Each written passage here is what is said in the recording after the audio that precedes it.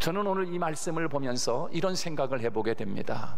참 신앙생활이라고 하는 것은 여행이로구나, 그런 생각을 해보게 됐습니다. 여행, 어디로서의 여행입니까?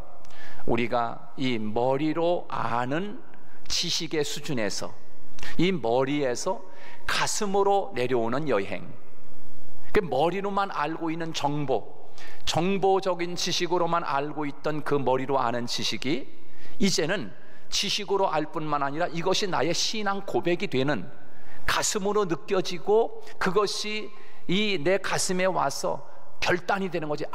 나도 이렇게 살아야 되겠구나, 나도 주님을 위해서 이런 삶을 살아야지, 주님은 이런 분이야 나에게 있어서, 라고 하는 가슴으로 느끼고 고백하는 단계. 그래서 이 머리에서 가슴으로 오는 여행, 그 다음에 이 가슴에서 신앙 고백으로 끝나는 것이 아니라 이 가슴에서 어디까지 가야 되겠습니까? 발까지 가야 됩니다. 발까지. 이 발까지 간다는 것은 이제 발은 실천에 옮기는 거 아니겠습니까? 그래서 신앙이라고 하는 것은 여행이다. 머리에서 가슴으로 고백되어지고, 고백된 그 신앙이 이제는 나의 삶 속에서 실천으로 옮겨지는, 발까지 여행하는 그런 신앙의 단계를 알 수가 있습니다. 여러분, 오늘 우리가 읽은 본문 마태복음 26장 6절로 13절까지 우리가 봤는데, 오늘 본문 마태복음 26장 2절 말씀을 한번 보시기 바랍니다. 2절 말씀에 뭐라고 되어 있습니까? 우리 같이 한번 읽어보겠습니다. 마태복음 26장 2절 시작. 너희가 아는 바와 같이 이틀이 지나면 유월절이라, 인자가 십자가에 못 박히기 위하여 팔리리라 하시더라. 그렇게 말씀했습니다. 자, 여기 보면은 이틀이 지나면 유월절이라, 너희들이 아는 바와 같이 그랬어요. 너희들이 아는 바와 같이. 자, 여러분, 뭘 안다는 것입니까? 제자들이 뭘 알고 있다는 거예요? 예수님이 이틀이 지나면 십자가에 죽을 것을 제자들이 알고 있었다는 거예요. 이틀이 지나면 너희들이 아는 바와 같이 예수님이 십자가에 죽을 것을 이미 예수님이, 그 제자들도 다 알고 있다는 이야기예요. 그런 말씀인 것입니다. 팔리오리라, 유월절이라, 인자가 십자가에 못 박히기 위하여 팔릴 것이다. 팔리고 이제 예수님이 죽는다는 거예요. 죽는다는 거예요.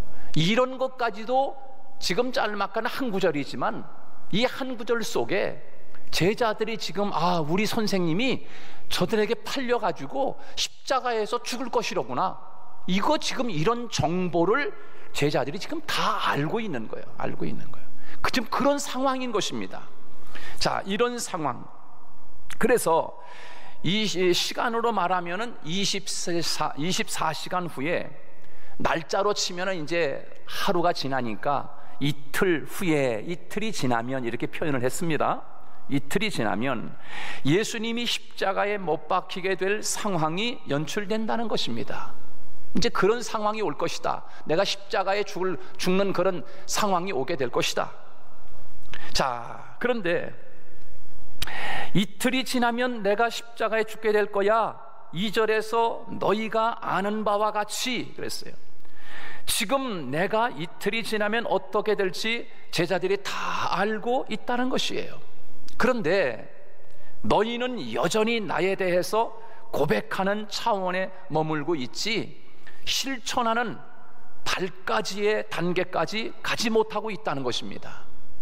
너희들이 나에 대해서 주는 그리스도시요 살아계신 하나님의 아들입니다 라고 하는 신앙 고백의 단계까지는 너희들이 지금 신앙생활을 하고 있는데, 너희들이 실천의 단계까지는 지금 가지 못하고 있다는 거예요. 자, 이것을 주님의 그 마음을 아프게 했고, 주님의 마음을 슬프게 했던 것입니다. 제자들이 이 머리 아는 단계에서 가슴 고백하는 단계로, 그리고 고백하는 단계에서 실천하는 단계, 이 발까지 갔으면 좋겠는데, 고백의 차원에서만 머물고 있는 이들을 바라보는 주님이 너무나 안타깝게 여기시고 답답했던 것입니다. 자, 여러분, 그러던 중에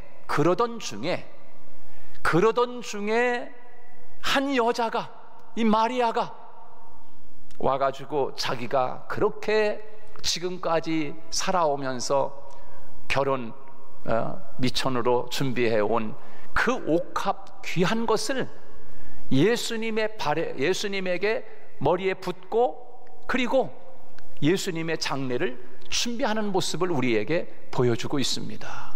여러분, 그 여인이 결혼을 위해서 준비해온 그 지금까지 애지중지한, 여러분들이 만약에 결혼하기 위해서 이제 학교를 졸업하고 직장을 다니면서 여러 가지 돈도 벌어가지고 결혼할 준비하려고 한 몇천만 원, 한 9천만 원 정도 이렇게 모아가지고 있다가 그 통장을 적금을 깨가지고서 통째로 바쳐버렸다.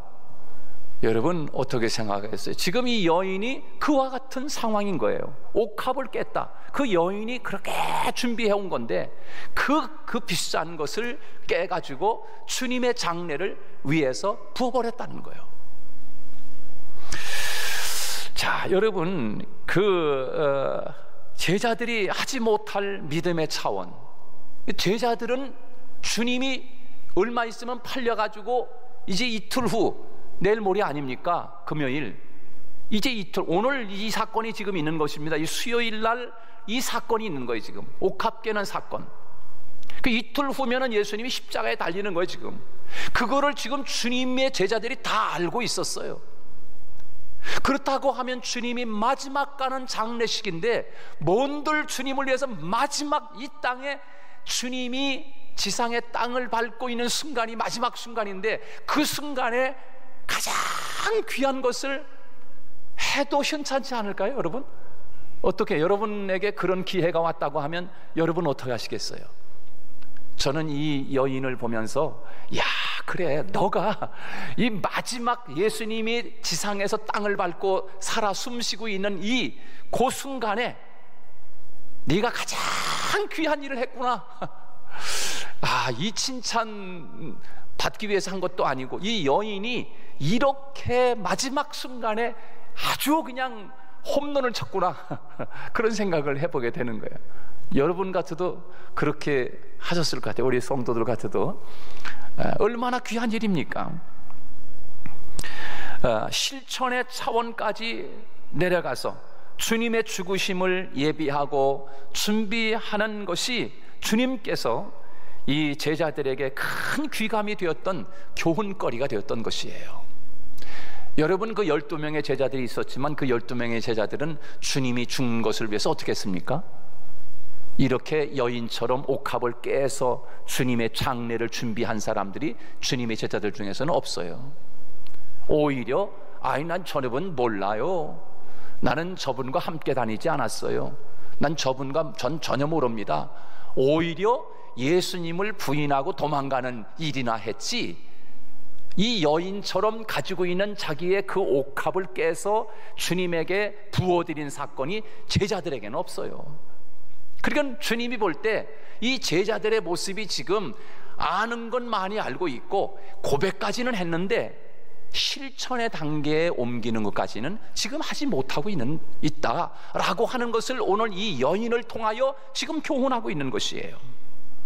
당시 마리아가 행한 사건은요, 당시 이 제자들에게만 문제가 아니라 오늘 이 시대를 살아가는 예수님이 나의 구주라고 고백하고 그 차원에만 머물러 있는 성도들에게 주시는 깊은 주님의 말씀이라고 할 수가 있습니다. 우리의 신앙의 완성이라고 하는 것은 주님을 믿는 고백에 머물러 있는 것이 아니라 그 고백이 실천으로 옮겨지는 마지막 단계에서 하나님의 뜻이 이루어지고 그리고 완성된다라고 하는 것입니다. 신앙의 고백에 머물러 있으면 안 되는 거예요. 신앙의 고백. 여러분, 베드로가 얼마나 멋진 고백을 합니까? 그 고백에 머물러 있는 상태에 있는 거야. 지금 제자들 보면은 지금 이 마리아가 행한 이 모습을 통해서 보면 제자들은 지금 신앙 고백까지는 지금 잘했어요. 그러나 실천 단계까지는 지금 가지 못한 상태를 우리에게 보여주고 있는 것이지요. 제자들은 예수님을 머리로 잘 알고 있었습니다. 그리고 그렇게 알고 있는 지식이 가슴으로 고백하는 단계까지는 갔습니다. 실천하는 단계에 있지 못함을 통해서 하나님은 오늘 우리에게 가르쳐주는 말씀입니다. 자, 그런데 한 여인, 이 마리아는 실천의 단계까지 가고 있었던 것입니다.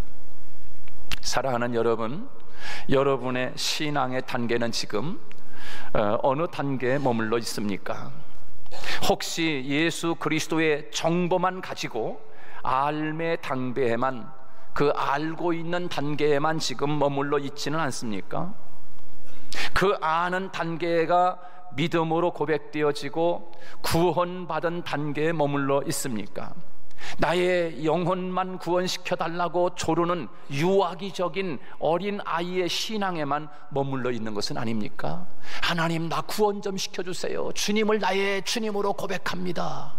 여기만 지금 머물러 있는 것은 아니냐라고 하는 것이에요. 주님을 구주로 믿는 고백이 이유가 되고 동기가 돼서 내가 살아가는 삶의 현장에서 향유를 깨어 온 세상에 향유를 드러내는 실천의 단계까지 가고 있는 신앙인가? 오늘 이 말씀을 함께 나누면서 오늘 우리의 신앙을 살펴보아야 할 것입니다. 여러분, 창세기 24장에 보면은 아브라함의 종 엘리에셀 이야기가 나옵니다. 저는 그 엘리에셀이라고 하는 아브라함의 종 이야기를 보면은 참 감동적입니다. 왜냐하면 이 엘리에셀은, 그 엘리에셀의 출신이 다메섹 출신이었습니다. 그런데 어떻게 이 다메섹 출신이 하란에 살던 아브라함과 조카 롯과 함께 그렇게 종으로 어떻게 아브라함을 따라서 하나님이 아브라함에게 가나안으로 가라라고 했을 때 어떻게 그렇게 종으로 그렇게 엘리에셀이 같이 함께 동행했는지 참 이유가 알 수가 없어요. 그 고향을 떠나 하란까지 와서 아브라함의 종이 되었다라고 하는 것은 이 엘리에셀의 신분과 그 사람의 처지가 참 힘든 상황이었구나 라고 하는 것을 알 수가 있습니다. 그런데 아브라함이 하나님의 명령을 쫓아 가나안으로 올 때 조카 롯과 함께 이 엘리에셀이 쫓아오는데, 그런데 이 조카는 중간에 소돔과 고모라를 선택해서 조카는 소돔과 고모라로 떠나버렸습니다. 그런데 그 종 엘리에셀이라고 하는 종은 끝까지 아브라함과 함께 아브라함 곁에서 아브라함을 지킨 사람이 바로 그의 종 엘리에셀이었습니다.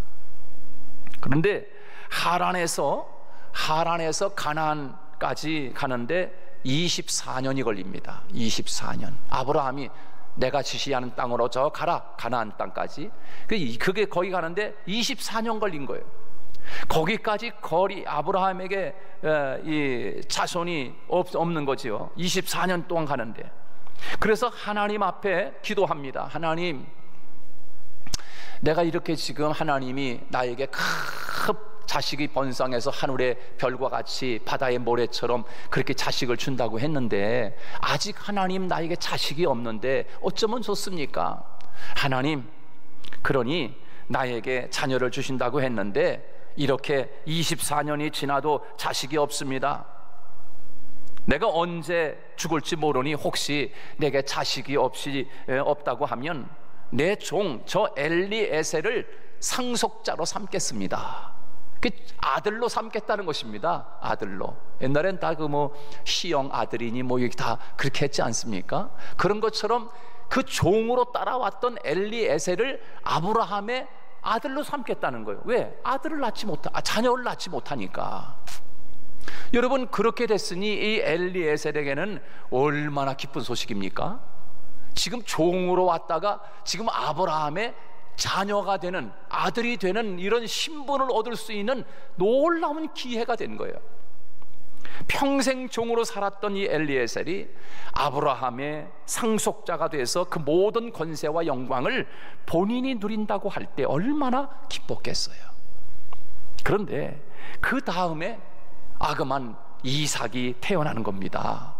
이삭이 태어나는 순간 엘리에셀이 가지고 있었던 그 마음의 꿈이 순간적으로 다 사라지는 거 아니겠어요?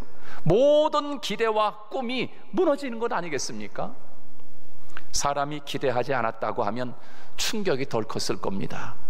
그런데 무엇인가 큰 기대를 했다가 내가 이 아브라함의 이제 아들이 돼서 모든 상속을 내가 그대로 고스란히 내가 물려받겠구나라고 기대를 했는데 그만 그 기대가 무너지는 순간에 얼마나 상심감과 함께 이루 말할 수 없는 그런 마음의 실망감이 얼마나 컸겠습니까? 바로 이 엘리에셀의 심리적인 고통이 얼마나 컸을까라고 하는 것을 미리 짐작해 볼 수 있습니다. 그런데 이삭이 점점 자라면서 아브라함이 엘리에셀을 부릅니다. 엘리에셀아, 이리 오너라. 그러더니만 선물과 경제적인 것들을 그 나귀에 잔뜩 실어가지고 저 하란에 가서 내 아들 이삭의 신부감을 골라서 데리고 와라, 그러는 겁니다. 그때 여러분 이 못된 엘리에셀 종이었다고 하면 여러분 어떤 생각이 듭니까? 저는 그런 생각을 해봤어요. 때는 이때다. 나귀에다가 잔뜩 재산을 실어주고 선물을 잔뜩 실었는데 때는 이때구만.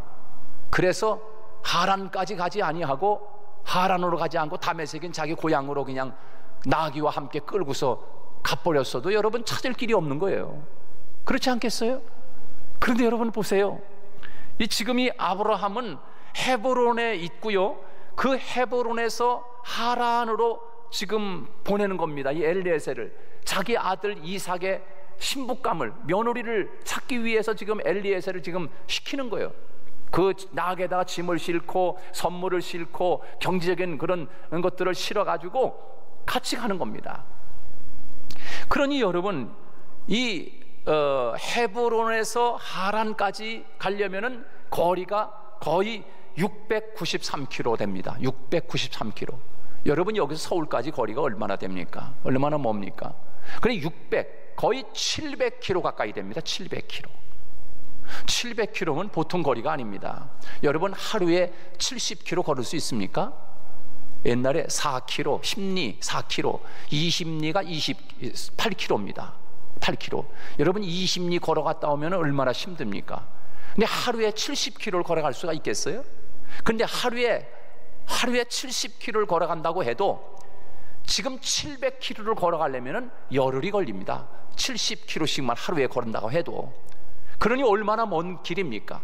이렇게 먼 길을 엘리에셀이 지금 선물과 이 신부감을 찾아오기 위해서 낙타에다가 여러 가지 돈 이런 것들을, 보물 이런 것들을 싣고서 가고 있었으니 때는 이때다, 도망을 치자.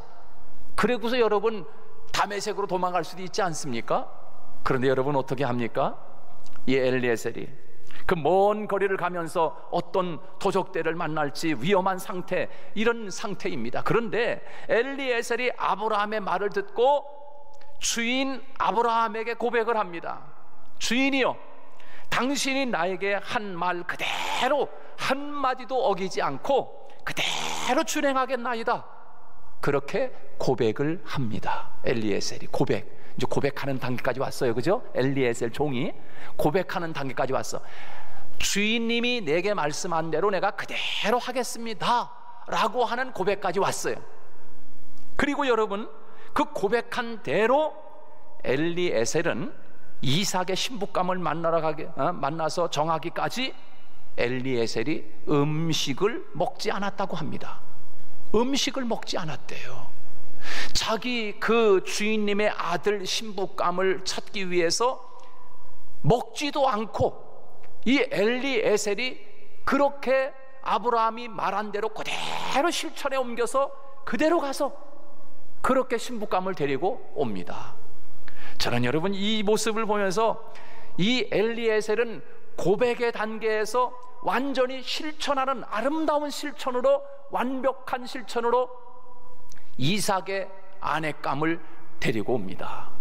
여러분, 그래서 그 본인이 고백한 대로 그대로 실천해서 하나님의 역사가 이루어지고, 그로 말미암아 우리에게 이삭을 통해서 그 후예가 예수 그리스도가 구속의 역사의 문이 열리게 된 것 아닙니까? 하나님의 축복이고, 이 엘리에셀의 그 아름다운 신앙 고백과 함께 주인에게 고백한 그것을 그대로 실천에 옮기는 것까지 이렇게 아름다운 모습을 우리에게 보여주고 있습니다. 이 남자의 이런 성경의 모습을 이야기했으니 여자의 이야기도 하나 예를 든다면 이런 모습이 있습니다. 여러분, 모압 지방으로 내려갔던 나오미 가정 여러분 잘 알지 않습니까? 모압 지방으로 갔을 때 두 아들의 며느리를 다 얻습니다. 첫째 며느리 오르바, 둘째 며느리 룻. 그런데 아들이 다, 남편도 죽고 두 아들이 다 죽습니다. 이제는 두 자부만 남았습니다. 첫째 며느리 오르바하고 둘째 며느리 룻이 남아 있습니다. 그런데 첫째 며느리 오르바는 모압 지방으로 자기 그냥 찾아서 갈 길 가버렸습니다. 그런데 이 둘째 며느리인 룻이 어머니가, 야 너도 가, 지금 이 늙은 어머니를 따라와서 뭐 하겠냐, 너도 얼른 가서 다른 데 시집 가라. 그렇게 해도 이 룻이 가질 않습니다. 그리고 어떻게 합니까? 룻이 이런 위대한 고백을 합니다. 고백, 뭐라고 고백합니까? 어머니의 하나님이 나의 하나님이고, 그리고 어머니의 백성이 나의 백성입니다. 그리고 어머니가 가는 곳에 나도 가고, 어머니가 죽는 곳에 나도 거기 죽겠나이다. 할렐루야. 얼마나 아름다운 룻의 고백이 이루어지는지 몰라요. 근데 그렇게 고백만 하고, 말은 번들어하게 잘했어. 고백만 하고 이 룻이, 너 진짜 갈 거냐? 그러게, 내 말은 했지만 나 안 갈래요. 이렇게 할 수도 있잖아요. 그런데 룻이 그 고백한 대로 시어머니 나오미를 따라서 베들레헴에 갑니다. 여러분, 베들레헴에 가서 이 룻이 오벳을 낳습니다. 오벳이 이새를 낳고, 이새가 다윗을 낳고, 다윗의 혈통에서 예수 그리스도가 난 줄로 믿습니다. 실천에 옮긴 고백과 함께 룻이 실천에 옮긴 단계로 인해서 이렇게 완벽한 주님의 나라가 이루어지고, 예수 그리스도가 이 땅에 태어나는 하나님의 놀라운 역사가 일어난 것을 우리에게 보여주고 있습니다. 여러분, 우리의 신앙의 완성은 고백에서 머물러서 되는 것이 아니라 그 신앙 고백과 함께 실천의 단계까지 가야 그 아름다운 구속의 역사가 이루어지는 줄로 믿습니다. 예수님은 이 땅에 오셔서 위대한 고백을 하셨습니다. 마가복음 10장 45절에서 이렇게 고백합니다. 내가 온 것은 섬김을 받기 위해서 온 것이 아니다.